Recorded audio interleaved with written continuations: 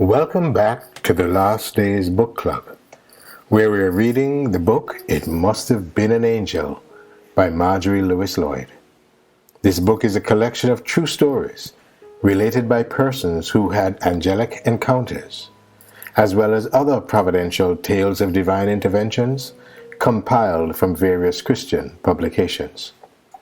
In our last reading, we covered chapters 15 through 17, where we learned of two remarkable stories of angelic promptings. In the first, Captain Jarvis found himself standing beside a stranger in Plymouth, England at midnight, when the great town clock struck the hour, but sounded 13 times instead of 12. They both commented on this unusual event and parted ways. Some weeks later, the captain, on rising early, was met by his groom, who had his horse saddled and bridled, with the explanation that he was awakened with an irresistible urge to have the horse ready. Likewise, Captain Jarvis, who let the horse lead, found himself at the river, where the ferry was waiting with the ferryman, who also explained that he awoke early with an irresistible urge to be ready to ferry someone across.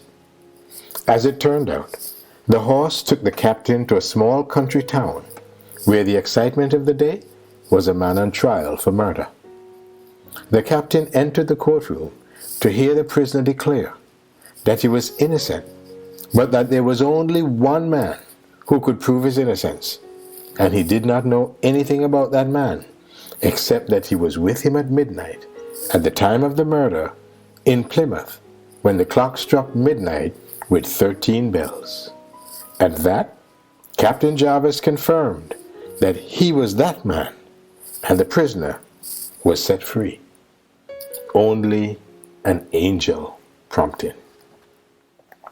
The second story was of Sakuba, the bushman, who had a vision of a shining man who spoke to him in an equally shining night, directing him to go and find the people with the book so that he could learn about God.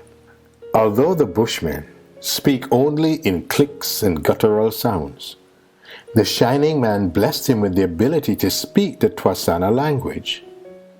Taking leave of his family, Sakuba traveled 150 miles to a Bantu village, where he created quite the sensation with his ability to speak their language and the incredible story of the shining man who had directed him.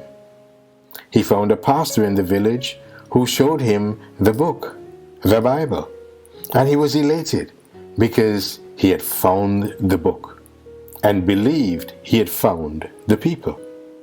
But that night, he had another visit from the shining man, who told him this was not the people, and he must find those who worshipped on the seventh-day Sabbath and had 4 brown books, which were really 9. He set out again on another journey, where a cloud led him for 118 miles over 7 days, until he found an African Adventist pastor who showed him the Bible and the 4 brown books, which were 9. They were the 9 volumes of the testimonies to the church, bound in 4 volumes. Sakuba and the pastor returned to Sakuba's home, where the first Bushman SDA church was founded, with Sakuba as elder, evangelist, and pastor until his death in 1957. We continue our reading today with chapter 18, entitled Only One Key. Sundar Singh. It was he whose little world collapsed when his mother died as he was near 14. Despondent, dejected, he was angry at God and angry at the world. In his despair, he brought a copy of the Christian's Bible so that he could tear it page by page and throw it in the fire. Then, in deep gloom, he retired to his room and stayed there for days. One night, he prayed earnestly, "O God, if there be a God, reveal thyself to me tonight. The express train from Ludhiana to Lahore would go by at 5 in the morning, and he determined that if God had not revealed himself by then, he would go out and lay his head on the rails and settle the matter. He prayed on through the night. At 4:45, he rushed out of his room and awakened his father. He told him he had seen a vision of Jesus and was now a Christian. His father said, "You must be mad.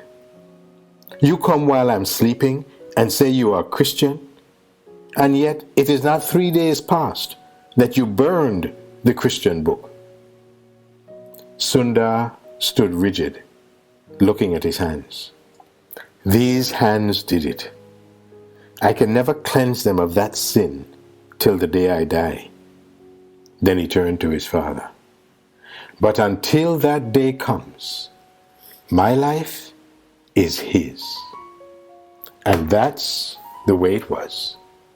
Because he wanted to win India for Christ, and because there was much prejudice against all things Western, he adopted the yellow robe of the sadhu and wore it till his death.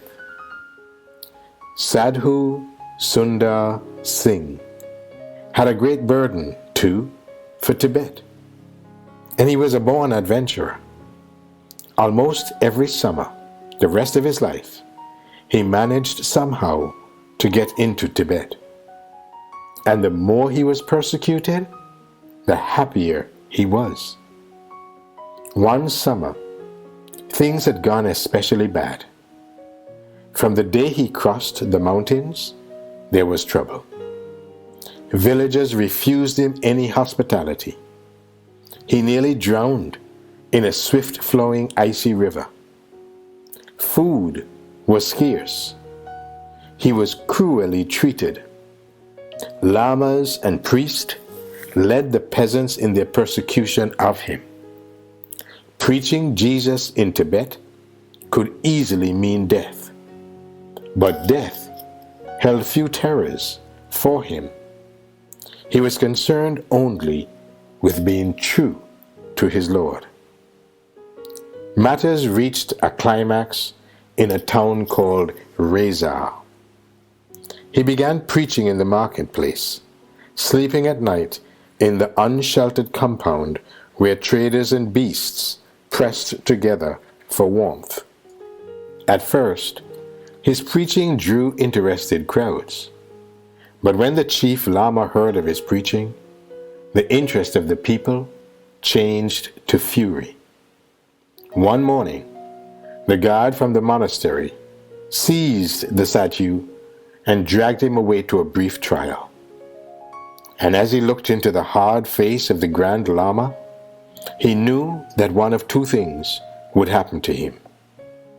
He would either be sewn inside a wet yak skin, and it would be left in the heat of the sun to dry and shrink until it crushed him to death, or he would be thrown into a deep, dry well on top of the corpses of those who had been thrown there before him to die of starvation.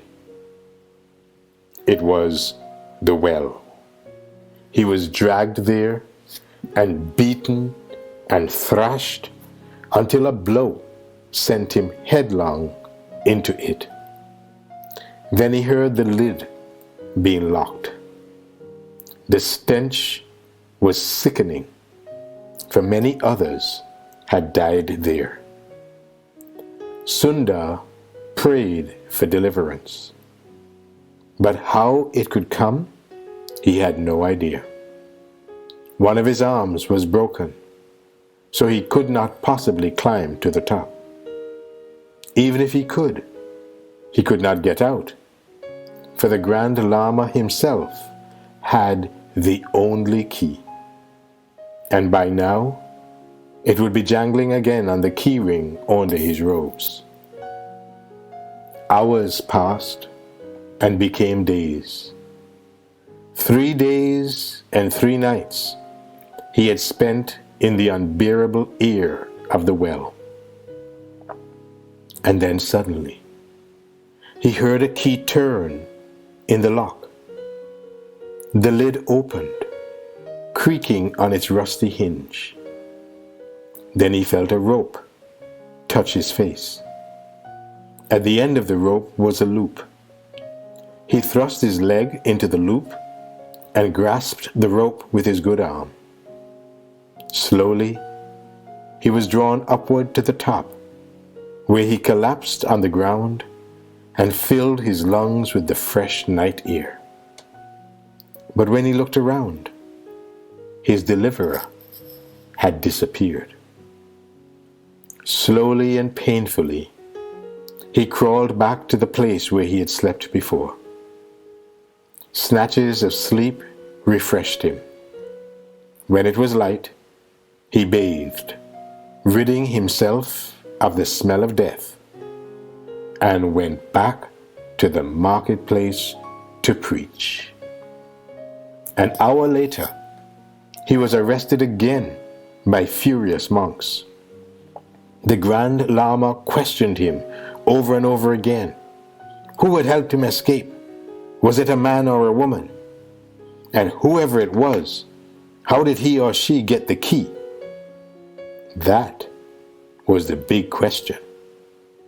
There was only one key, and it should be in the Grand Lama's possession.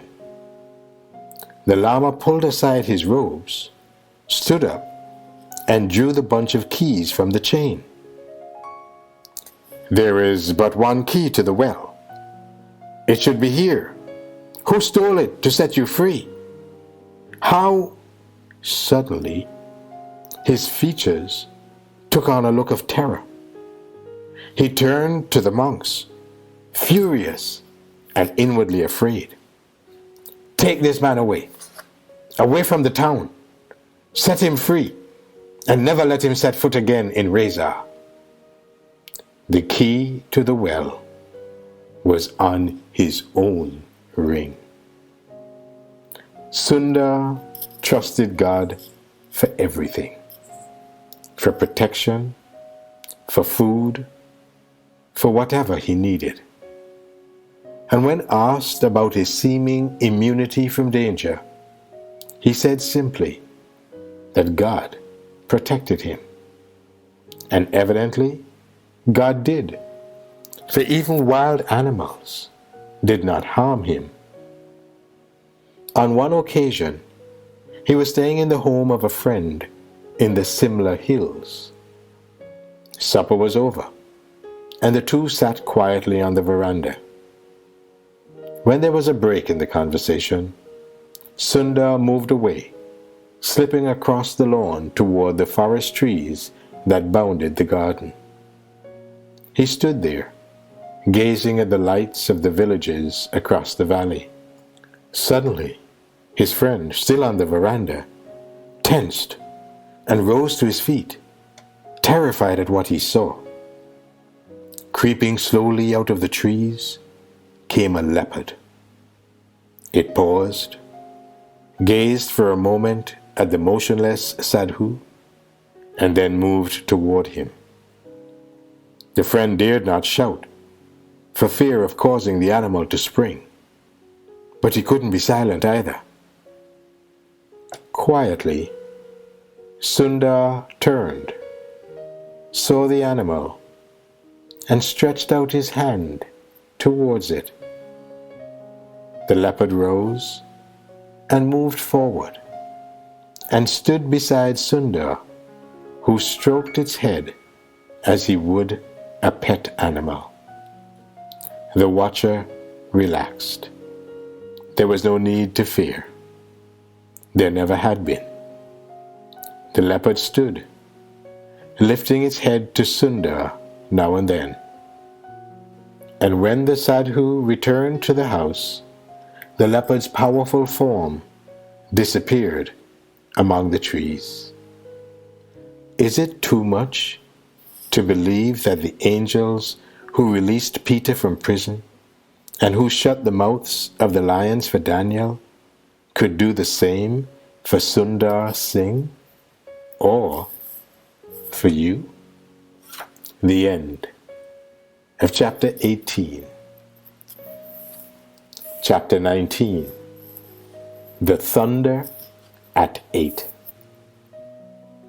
A father and his son farmed a small piece of land. Several times a year, they would load up the ox cart with vegetables and drive to the nearest city. The two had little in common. The son was the go-getter type, but the father believed in taking time to enjoy life. One morning, they loaded the cart, hitched up the ox, and set out. The son figured that if they kept going all day and all night, they could be in the city the next morning. He kept prodding the ox with a stick. But the father said, "Take it easy. You'll last longer. But if we get to market ahead of the others, we have a better chance of getting good prices." 4 hours down the road, they came to a little house. "Here's your uncle's place," said the father. "Let's stop in and say hello." "We have lost an hour already," complained the go-getter. "Then a few more minutes won't matter. My brother and I live so close and see each other so seldom." So the young man fidgeted while the two old gentlemen gossiped away an hour. On their way again, they came to a fork in the road, and the old man directed the ox to the right. "The left is shorter," said the boy. "I know it, but this way is prettier." The young man was impatient. "Have you no respect for time?" "I respect it very much. That's why I like to use it for looking at pretty things." The way led through a woodland with wild flowers, but the young man was busy watching the sun slip away. All he could think of was the time they had lost. He didn't even notice the flowers or the beautiful sunset.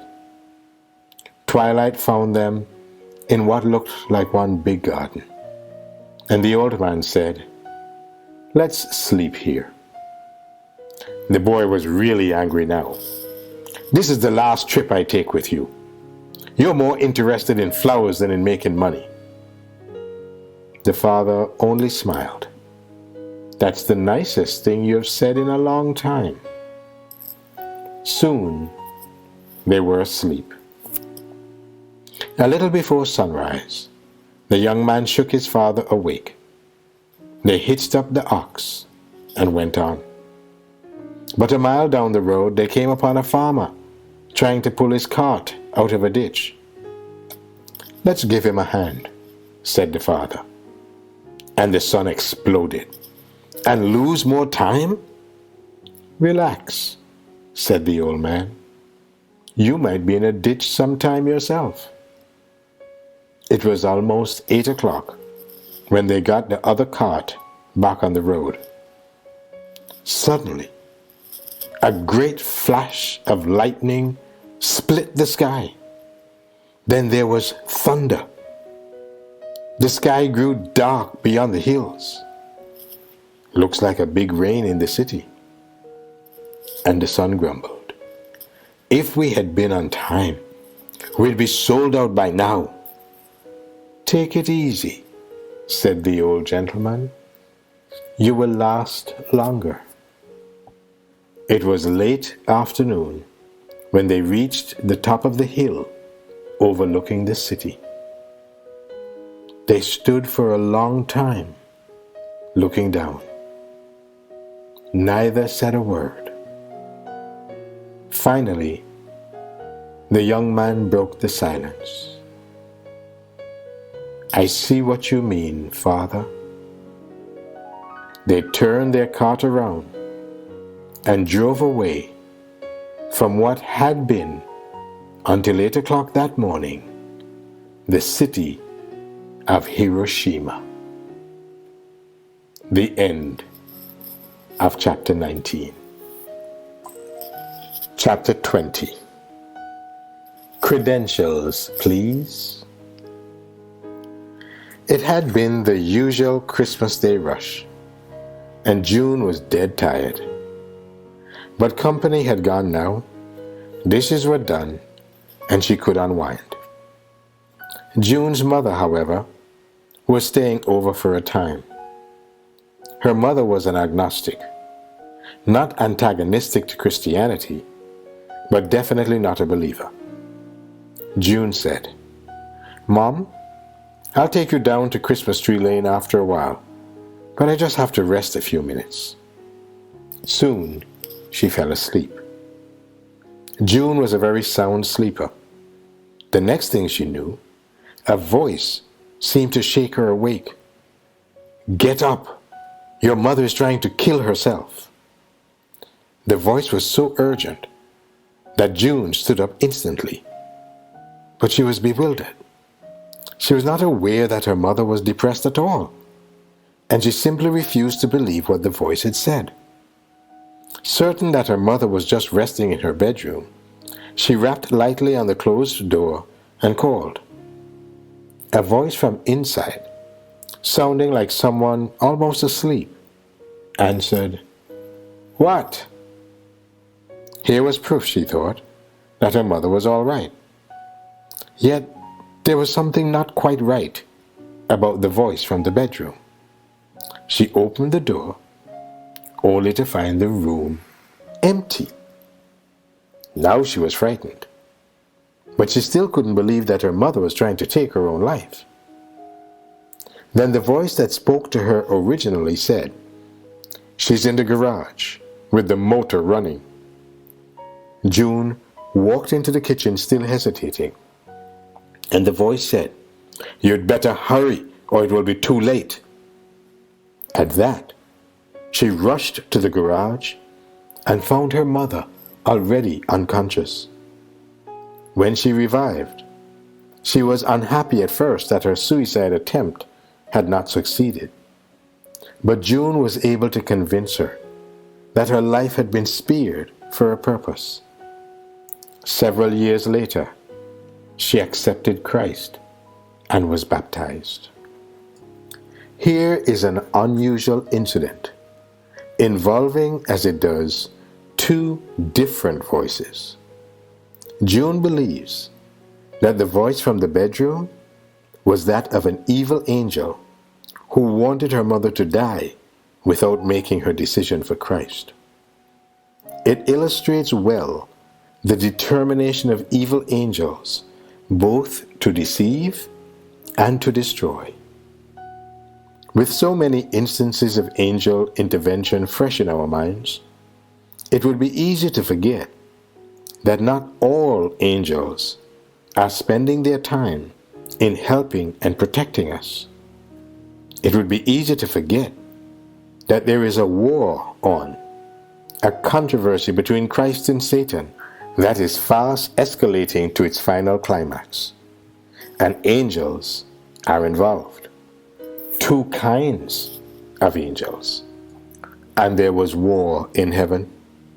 Michael and his angels fought against the dragon, and the dragon fought and his angels, and prevailed not. Neither was their place found any more in heaven. And the great dragon was cast out, that old serpent called the devil and Satan, which deceiveth the whole world. He was cast out into the earth, and his angels were cast out with him. Revelation chapter 12, verses 7 through 9. What does this mean to us? It means that in the invisible world about us, there are billions of loyal angels assigned to help and protect us, and billions of rebel angels, fallen angels, angels turned demons, who are dead set to destroy us if they can. So how can you tell one from the other? If you should meet an angel, how could you know whether he's a loyal angel or a rebel angel? A good angel or a bad angel? How could you know whether or not to believe what he tells you? By his appearance? Certainly not. For the Apostle Paul says, "And no marvel, for Satan himself is transformed into an angel of light. Therefore it is no great thing if his ministers also be transformed as the ministers of righteousness, whose end shall be according to their works." 2 Corinthians chapter 11, verses 14 and 15. So, a being appearing as an angel of light may only be a masquerading demon trying to deceive you. How are you going to keep from being fooled? Keep in mind that angels, both kinds of angels, also appear in human form. And angels, both kinds, can work miracles. Both are supernatural. Both are highly intelligent. Bad angels can do everything that good angels can, except that God places certain restrictions on the rebel angels. For they are the spirits of devils working miracles. Revelation 16 and verse 14. Fallen angels can work miracles too. So if a being, with or without wings, looking like an angel or looking like a man, does something supernatural, works a miracle, it doesn't necessarily mean that one of God's angels is around, jumping effortlessly over a wall, or suddenly disappearing, or leaving no tracks, or having perfectly clean shoes after walking through the mud, or being surrounded by a brilliant light, or telling you something that no human being could know. None of these things means that his credentials are necessarily in order. Does this mean then that we are simply at the mercy of these rebel angels that are all around us? No, it doesn't. God has given us a test, a way to identify an impostor. Said the prophet Isaiah, "To the law and to the testimony, if they speak not according to this word, it is because there is no light in them." Isaiah chapter 8 and verse 20. We can recognize an impostor by his words. No man, no angel who tells us anything contrary to God's written word is here on God's business. We can also recognize an impostor by his works, by what he does. Jesus said, "By their fruits ye shall know them." Matthew 7, verse 20. God's angels don't go around playing tricks on people, scaring people, leading them on silly chases, making their telephones and TV sets and radios go berserk, making people lose their minds. It is not difficult, of course, to spot an impostor when his words and works are consistently in open disagreement with the Bible. But fallen angels are too smart to lie all the time. We have to watch out for the subtle insinuations of doubt about the Scriptures, the slight misapplications of what the Scriptures say, the little bits of error mixed in with large quantities of truth. We have to beware of lies cloaked with the deeds of mercy. Satan is not stupid. His deceptions are more subtle, more clever, harder to identify than ever before. His fury increases with the shortness of his time. His power to deceive will escalate until God takes it away. Desperately ruthless, he will stop at nothing within the limits God has set. We are not safe for a moment except as we are kept by the power of God and his angels. Reason enough for caution in our acceptance of the supernatural?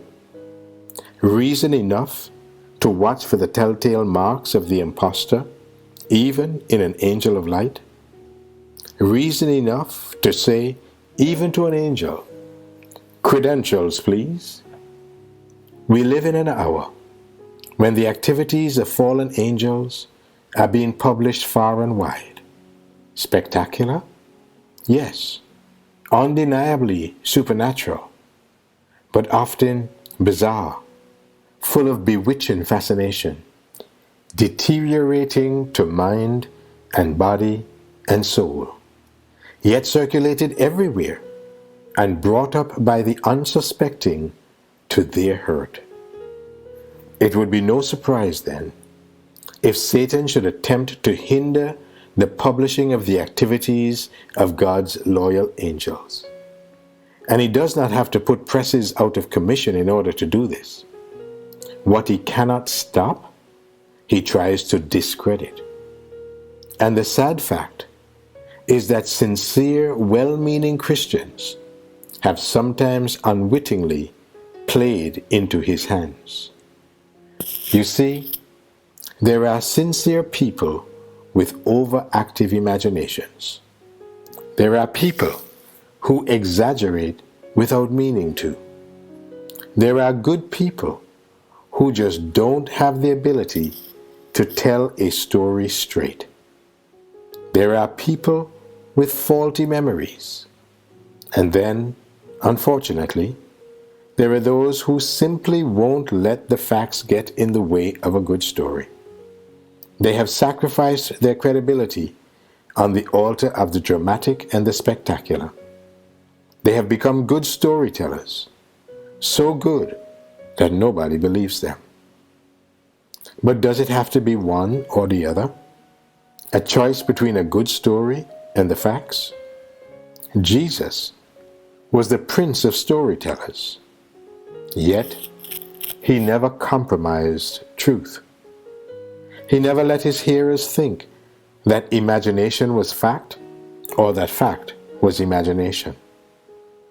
Satan would like to discredit every story of angel activity in this book if he could. And he doesn't have to attack the stories themselves. All he has to do is question the credibility of those who have told them. It is unfortunate that a few have made it easy for him. Some of my favorite stories have been left out of this book because a tendency to exaggerate, of which the tellers may have been quite unaware, has caused others to question the experiences they have told. Experiences which may really have happened and which would have been a boost to the faith of many. Please, many a story has been left out because of a lack of space, and uncounted experiences have not been included because I've never heard of them. It is to be hoped that no fiction or fantasy, no human exaggeration has slipped into these pages. Though the law of averages would tell us that this is too much to hope, I think you can see that it would be impossible to check out the accuracy of so many experiences from which we are separated by time or space or both. But I appeal to you, if you spot something you know to be inaccurate, a story that for some reason you personally can't believe, don't write off the rest. Satan would like to convince you that angel involvement in the lives of men and women today just doesn't happen, that it's all fiction. But it isn't, friend. It is very, very real. The stories in the Bible have been attacked too. Satan has tried to reduce them to the status of myth and legend, but they still stand. Don't let the enemy push the ceiling of your faith down upon your head. Don't let him steal away the comfort and encouragement that can be yours as you realize that understanding, sympathizing, powerful angels are, in every time of need, not far away. Don't let anyone or anything rob you of the quiet, exhilarating sense of wonder as you contemplate what God is doing day by day with the assistance of powerful angels that never tire of the errands on which He sends them. Let the ceilings of your faith be pushed higher and higher until they are gone. The day comes when we will see these patient, loving angels face to face. But we can know the wonder of their companionship even now. The end of chapter 20 of It Must Have Been an Angel.